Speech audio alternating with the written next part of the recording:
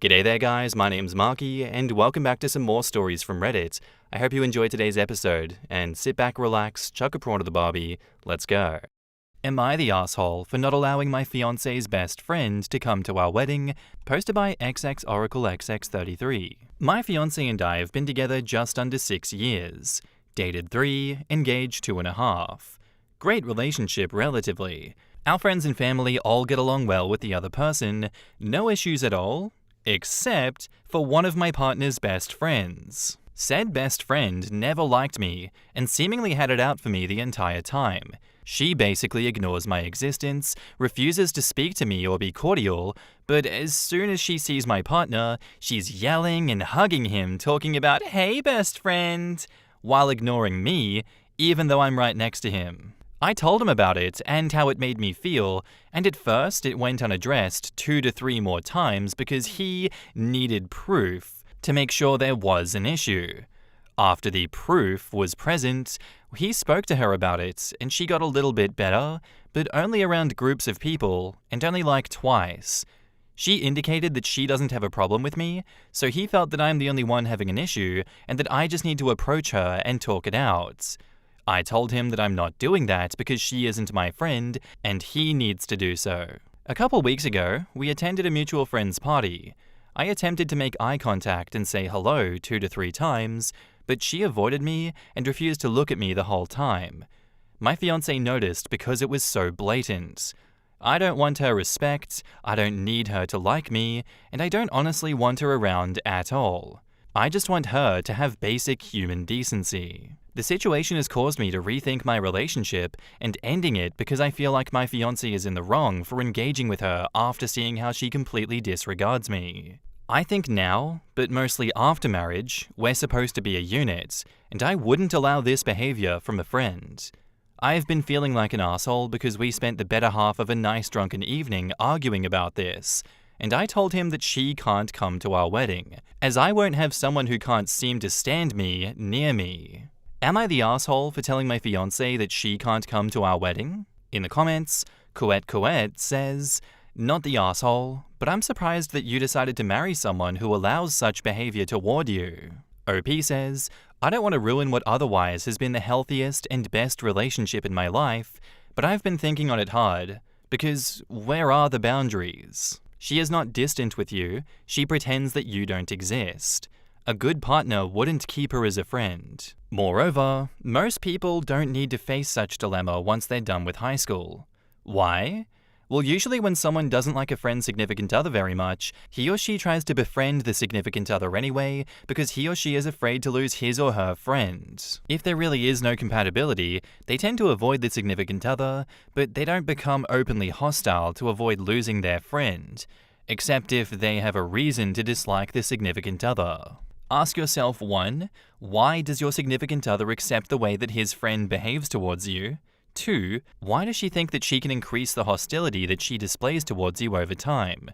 I guess she assumes that there will be no consequences, and/or she thinks that she is his number one. OP replies, "True.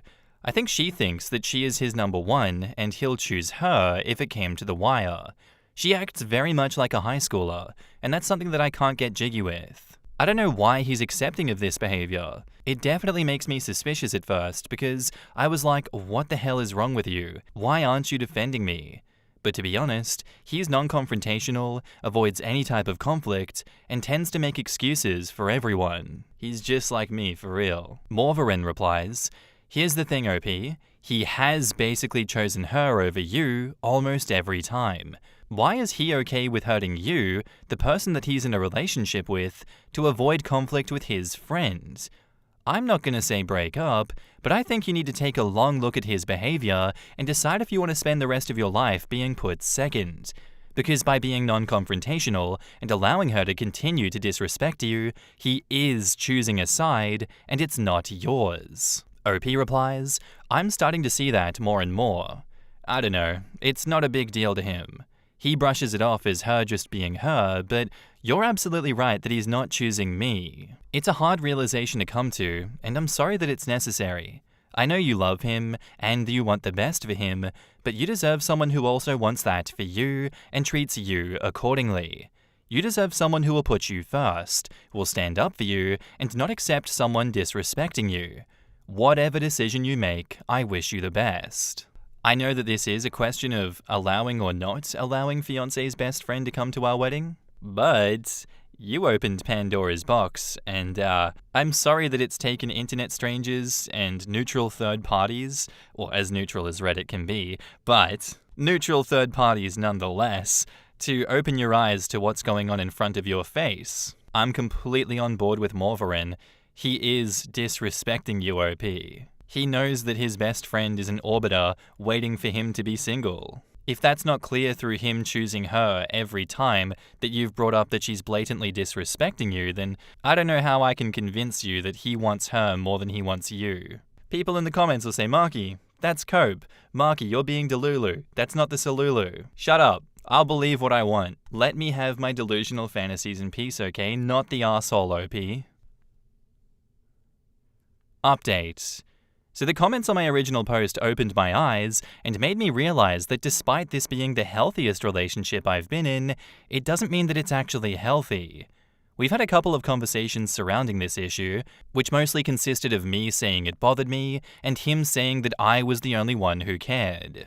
That's really mean. That's gotta sting. What? You're the only one that cares that she's disrespecting you, because I certainly don't. Hey man, screw you. A couple of things helped me realize my breaking point. 1, I asked him if he would be okay with our daughter's future partner treating them like this, to which he got flustered, shut down, and said that he didn't want to talk about it. I left it alone. OP taking a page from It Ends With Us, just saying. Tell him how you really feel, OP. 2, he said he didn't want to end his friendship or do anything to jeopardize it because what if we break up? This made me realize he would not protect me as his wife, since he didn't as his girlfriend. The final straw was when I expressed how much it bothered me that he wanted me to blow this off since we, as in me and the best friend, only see each other 4 to 6 times a year, and he said, directly quoted because this is burned into my brain, I know the way that she treats you is garbage, but you're allowing one person to dictate our relationship. Damn, that's crazy. It could be worse. She could be more active. There are worse ways to meddle. People text and lie. And all that to break relationships up. Oof, invalidate me harder. I love a good beating. The first line broke my heart and told me all I needed to know. I have to truck through a couple more months of pre-planned and paid-for social engagements, but I closed the curtain on any chance of healing this relationship the moment those words left his mouth. Thank you everyone for the advice, common sense, knocking me upside my head, and similar related experiences and outcomes. I'm gonna go to therapy and redefine the definition of what a healthy, balanced, and communicative relationship is. Edit: the pre-planned events aren't wedding and engagement related. We share a home, need to divide assets, pets, a custody schedule. Additionally, we have vacations planned with a mutually shared friend group, best friend not a part of that group. I appreciate the concerns, but I need to plan things out a little more. There will be no second chance. To those that keep saying they're screwing, probably. When I first brought this up, he became stressed and kept emphasizing how I thought he was screwing his best friend and didn't address the issue that was brought up. I don't care to know or confirm. Edit 2, we are not getting married or continuing our relationship. For those thinking that I'm using the pre-planned events to justify holding out, absolutely effing not. Our relationship was dead the moment he admitted that she treated me like garbage and then basically shrugged it off. As a note, I never asked him to cut anyone off or out of his life. I simply asked for basic greetings and acknowledgement during the rare encounters with his BFF. This hasn't happened, aside from a couple of begrudging times. In the comments, Scenarioing says, I know the way she treats you is garbage, but you're allowing one person to dictate our relationship. Yeah, he is the one doing that. It could be worse. She could be more active. This means that she hasn't actually said she wanted to sleep with him yet. Well, she doesn't have to say that. They probably did it, and not once. That's why she's so confident about her role in his life. That or he's her backup plan. If OP ever actually ends things, the friend will claim that she feels bad until she gets a new boyfriend. And then she'll pop back up when he gets another girlfriend. Yes, it is all narcissism. She doesn't want the fiance, but she wants to be wanted. He said he didn't want to end his friendship or do anything to jeopardize it because what if we break up? This made me realize he wouldn't protect me as his wife. Yup, the friend comes before you. What a self-fulfilling prophecy. You can't live in the what-ifs. All those moments were just bullets going through me. Oh my god, fiance, tell me how you really feel about all this. I'm just curious, man. I just want to know. Tell me again how important I am in your life. Oh my god. I'm glad that OP realizes the relationship is dead because, wowee, what kind of loving partner answers, sincere questions like that? Final update. So my ex-fiance did begin to make an effort to include me and make sure that I was addressed during group events, even though we'd already separated. Throughout the summer, we had many conversations, not in hopes of reconciling, but mostly to make sure that he truly understood the cause of our breakup. While drunk, he apologized for his messy and toxic friends, said that he needed to reevaluate his friendships, and apologized for bringing them into my life. He changed his tune in later sober conversations. I was met with continued excuses and my POV and feelings being brushed off. This isn't that big of a deal. I don't want to talk about it anymore. I have friends that have done worse. The explanation and insight I received is that the best friend was a side piece, knowingly for like 7 to 10 years. Guy had a baby and brought his baby mother a house, car, and basically got married, all while stringing the friend along. And as a result, the BFF has always asserted herself as being the most important woman in her male friends' lives. So, OP should care about that why? So she was willingly a side piece that got dragged along for a decade and we should care why? All in all, just gonna go to therapy, heal some shit, and move on. I'm starting piano lessons soon and taking a language class to pass my free time. And I'm also focusing on cooking again and moving my body. I'm going to lose about 40 to 50 pounds. Thanks everyone for commenting, offering solutions and alternative POV, including those who felt that I was making a big deal out of nothing and that I was trying to make her be friends with me. I never wanted that. I felt crazy for a while, but I'm thankful for all the strangers on Reddit confirming that I'm not. In the comments, Kutaleki says, "Jesus, your ex is an idiot.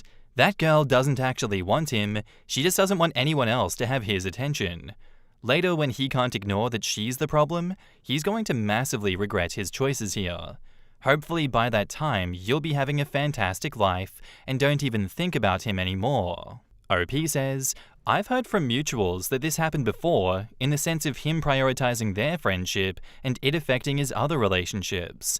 He just didn't want to admit it. I just hope that he draws better boundaries for his next partner. When OP's ex comes begging in a year or 3, likely as soon as she announces her new relationship or announces her new engagement on social media, I really hope she twists the screws and asks how his relationship with his BFF is going. Yeah, the minute he sees her happy, he's gonna try to make her life messy." I just don't understand how some people lack this self-awareness or self-respect not to just cut people like that out of their lives. Like, my brother, come on. She's already sunk a relationship before and you're allowing her to sink the relationship again. If everywhere you go there is a rancid smell, you need to look under your shoe. But no. Giving her another chance and keeping her in my life is the answer. Acknowledging the fact that yes, she does get between me and my partners, and then not doing anything about it. I am OP's ex-fiance. I am a smart man. Congratulations for getting out of there, OP. Honestly, thank God you didn't waste any more time with that man. As much as people in the comments say that they hope that things get better for him in the future, I genuinely doubt it. If he's twice burnt now, I don't think a third time is going to change anything. Good luck to him, and thank you for the story, OP. Our next post is by user Almond Milk Lover, titled, "Am I the asshole for not getting my partner food after they didn't cook?" Hi, I'm 27 male and in my first year of residency. My work life, as expected, is exhausting. It feels like I spend all of my time in the hospital, 72 hours per week, as I have yet to have a weekend off, which I could really use to just sit on my balcony staring at the Pacific for hours on end. This past Saturday, I worked my very first 24-hour shift, and it nearly killed me. My back was aching, my feet were tired, and my brain felt like it needed a factory reset. On Sunday, I worked from 5 a.m. to 6 p.m., which wasn't too bad. Whenever I had any downtime, I always made sure to check in on my partner, as they work from home, to see how their day is going and to talk about whatever. While we were on the phone, I asked them if they would make my favorite dish, which is simply katsu with brown rice and a lot of katsu sauce. They agreed, and I was ecstatic as I haven't had a homemade meal in a while since I don't have the energy to cook when I get home, and I usually just grab something when I get off work, if something I like is still open. I live a little over an hour and a half outside the city, but there was a terrible car accident on the highway, so my drive home took well over 2 hours. I pulled up hungry, ready to eat, but when I walked into the kitchen from the garage, there was no cooked food at all. I was pissed and called out my partner's name and asked them to come here, but they didn't answer. I went upstairs and found them in their office, playing games on their PC. I asked them to stop so that we could talk, and I asked them why they didn't cook as they said they would. They admitted they got distracted after getting off work and forgot about it. I said that's fine, but I would have really appreciated it if they had at least called me to let me know so that I could have stopped to get something while I was already out. I told them that I felt that they were being inconsiderate as they know how much I have to work and how tired I am when I get home. I can admit that my tone when we were speaking was stern, but I felt that it was called for. They called me an asshole for yelling at them for forgetting this little thing. After we were done, I was hungry, so I grabbed my keys and went to get something to eat for myself. I saw that while I was waiting, they texted me their order, but I ignored them. When I got back home and they saw that I didn't get them anything, they called me a petty asshole and went back upstairs. I didn't say anything out loud as I wasn't in the mood and just wanted to eat, shower, and go to bed. So am I the asshole? In the comments, Popular Block 5790 says, Info. Is this something that happens regularly? Your partner forgetting things that they wanted to do for you? Or is this something that doesn't happen often? OP says, No, this isn't something that happens regularly. They're usually pretty attentive to me, as I am to them. I think the stress that I've been under from work lately has possibly caused me to become more annoyed than I usually would at things like this, which is why I reacted the way that I did. You're the asshole. You've made a lot of personal choices that mean you're exhausted and stressed out, and that's hard, but ultimately it's on you. I get that you were really looking forward to a home-cooked meal, but it sounds like your partner also works and was just tired, decompressing from work, and forgot. Like, I assume you come home at a different time each day, and then you were an hour later because of an accident. Your partner is probably also just used to you not being there. Did you send a reminder about dinner or an update on the time? Offer to pick up groceries, etc.? People also forget things all the time. That's totally normal. The way you treated them, being stern or yelling, isn't okay, and is a pretty extreme response. What did you expect to gain from that?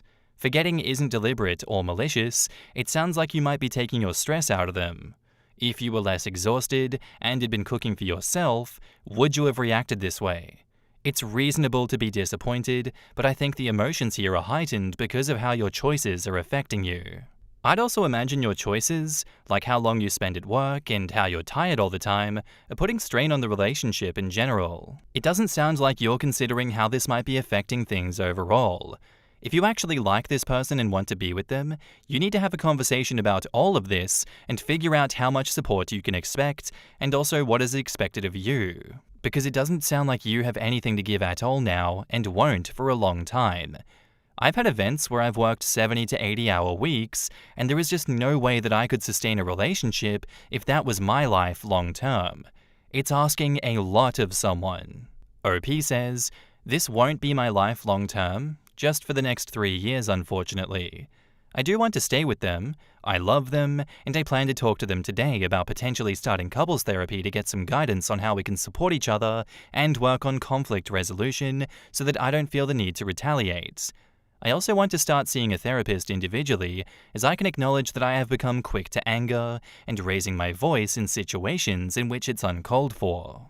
As an aside, if you're working 70+ hour weeks and then living 1.5 hours away from your place of work, that is not sustainable. Not the asshole.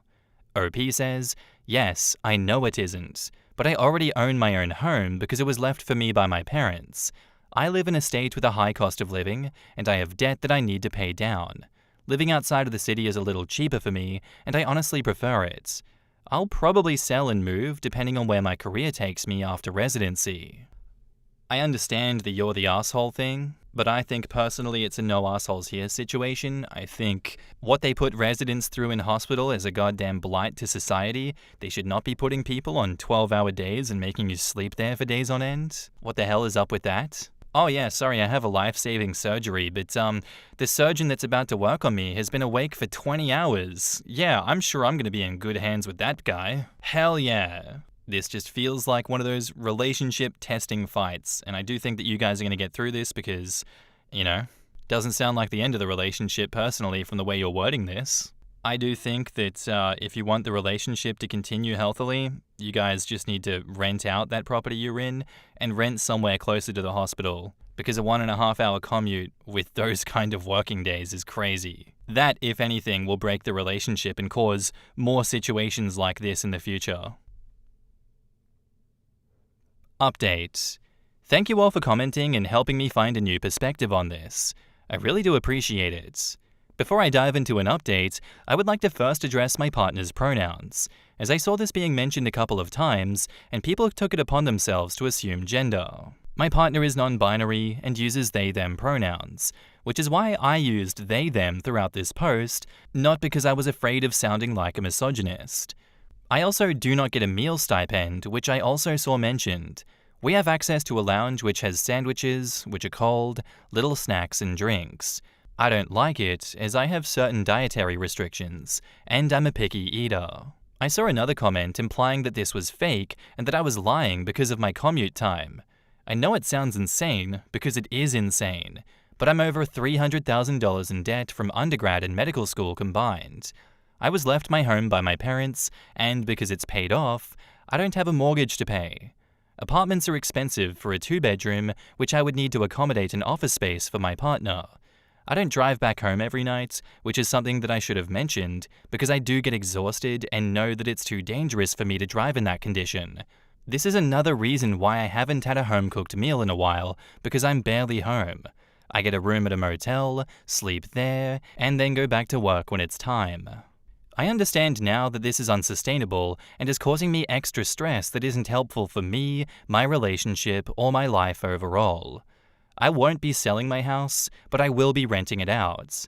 I talked to my partner about it this morning, along with some other things such as couples therapy and my own individual therapy for my anger and my short fuse beginning to develop.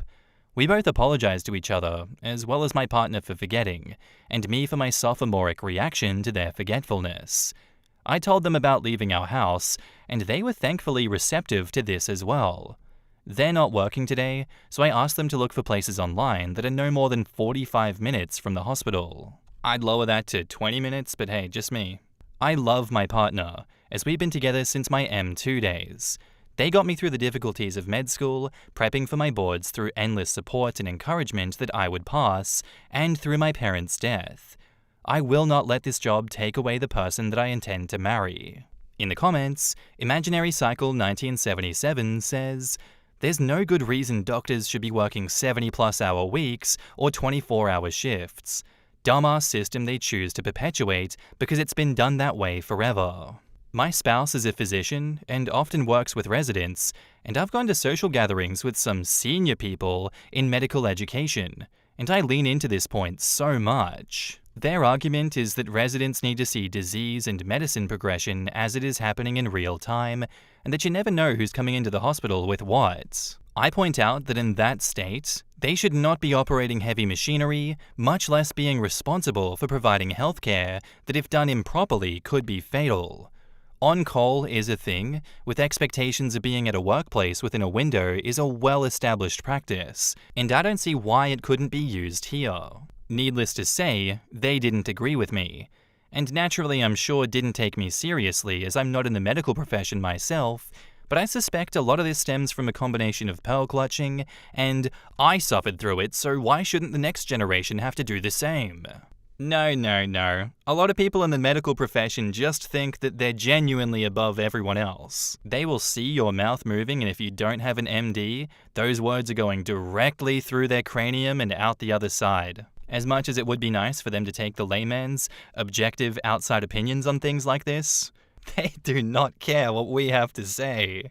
OP barely has time for themselves. How are they going to find time for both individual and couples therapy? Well, that's the neat thing. They won't. Right? As soon as he mentioned couples therapy, I was like, when? He's never home as it is, and his shifts are all over the shop. I highly doubt he's going to be able to line up a time that works for his schedule, his partner's schedule, and the therapist's schedule. I asked them to look for places online that are no more than 45 minutes from the hospital. Dude needs to live like 5 minutes from the hospital, not 45. Yeah, seriously. When I was an intern, I lived 20 to 25 minutes away with traffic, and that was a bad time. One of my interns now lives an hour away, and I'm genuinely concerned he's going to get into an accident getting to and from work. It's literally unsafe for residents to live that far away, especially when post-call. I really don't have much else to cap this off with because I've sprinkled my opinions throughout. I hope that OP gets enough time out of their 24-hour shifts to read these comments and advocate for a 5-minute to 10-minute kind of commute, not a 45-minute one. That's crazy. I also do hope that the relationship survives these next 3 years, but, life happens, life finds a way. Sometimes not in the best way. But best of luck regardless, OP. I do hope that it works out for you, and I do hope that after these 3 years, if you can weather the storm, that, you work a lot less hours. I think you should lend yourself that courtesy of staring at the Pacific Ocean in your off time. I think that would be nice. As always, thank you for sharing your story with us. I appreciated it. Anyway, guys, that's where I'm going to end today's episode. I do hope you enjoyed. If you did, let me know what you thought of it in the comments down below, and I'll see you in the next one. Bye!